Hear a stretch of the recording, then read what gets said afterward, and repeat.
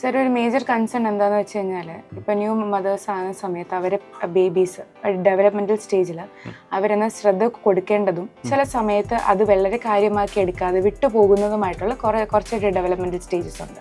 അപ്പോൾ അത് എന്തൊക്കെയാണെന്ന് സാറൊന്ന് എക്സ്പ്ലെയിൻ ചെയ്ത് തരാമോ? ചില മാതാപിതാക്കൾ ചില കാര്യങ്ങൾ വിട്ടുപോകാറുണ്ട്. ഇപ്പോൾ ഫോർ എക്സാമ്പിൾ പറയുകയാണെങ്കിൽ ചില മൈൽ സ്റ്റോൺസ് നോർമലായിട്ട് എടുക്കുകയും ചില മൈൽ സ്റ്റോൺസ് അബ്നോർമലായിട്ട് എടുക്കുകയും അവർ ചെയ്യും. അപ്പോൾ ചില കുട്ടികൾ 4 മാസം ആകുമ്പോഴേ കമിഴ്ന്ന് വീഴാറുണ്ട്. അപ്പോൾ അവർ മറ്റ് മൈൽ സ്റ്റോൺസ് അവഗണിക്കും. ആ കുട്ടികൾ തന്നെ ചിലപ്പോൾ 8 മാസം എല്ലാം കഴിഞ്ഞിട്ടായിരിക്കും ഇരുന്ന് തുടങ്ങുന്നത്. അപ്പോൾ അങ്ങനെ അവഗണിച്ച് പോകാറ്. അപ്പോൾ എല്ലാ ഡെവലപ്മെൻറ്റൽ മൈൽ സ്റ്റോണുകൾക്കും ഘടകങ്ങൾക്കും ഒരു സമയപരിമിതിയുണ്ട്. അത് കഴിഞ്ഞും അത് ഡെവലപ്പ് ആയില്ല എന്നുണ്ടെങ്കിൽ അതിനെ റെഡ് ഫ്ലാഗ് എന്ന് തന്നെയാണ് വിളിക്കേണ്ടത്. അപ്പോൾ തന്നെ പീഡിയാട്രിഷ്യനെ കാണിക്കേണ്ടതാണ്.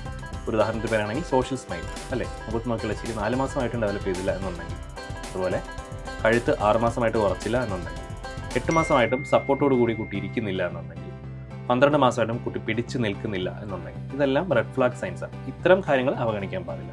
പിന്നെ എനിക്കൊരു എക്സ്പീരിയൻസ് ഉണ്ടായിട്ടുണ്ട്. അതായത് ചില അമ്മമാർ പറയാറുണ്ട് കുട്ടിയുടെ ഹാൻഡഡ്നെസ് നേരത്തെ ഡെവലപ്പ് ചെയ്ത്, അതായത് കുട്ടി ഒരു കൈ കൂടുതലായി യൂസ് ചെയ്യാൻ തുടങ്ങുന്നു പതിവിൽ നേരത്തെ ഒരു 6 മാസമൊക്കെ ആകുമ്പോഴേ. യൂഷ്വലി കുട്ടി 2 കൈ ഒരുമിച്ചാണ് ആദ്യം യൂസ് ചെയ്ത് തുടങ്ങുന്നത്. അതിനെ ബൈഡെക്സ്ട്രസ് റീച്ച് എന്നൊക്കെയാണ് പറയുന്നത്. ഒരു കളിപ്പാട്ടം കൊടുത്ത് 2 കൈ കൊണ്ട് ഒരുമിച്ചൊക്കെ പിടിക്കുകയാണ് ചെയ്യുന്നത്. 4 മാസമൊക്കെ ആകുമ്പോൾ അങ്ങനെയാണ് ചെയ്യുന്നത്. പക്ഷേ കുട്ടി ഒരു കൈ മാത്രമാണ് യൂസ് ചെയ്യുന്നത്. അപ്പോൾ അവർ കുറച്ച് ഹാപ്പി ആയിരുന്നു. എന്താണ് കാര്യം, കുട്ടിക്ക് നേരത്തെ ഹാൻഡ് ഡെവലപ്മെൻറ്റ് വന്നല്ലോ എന്നുള്ളത്.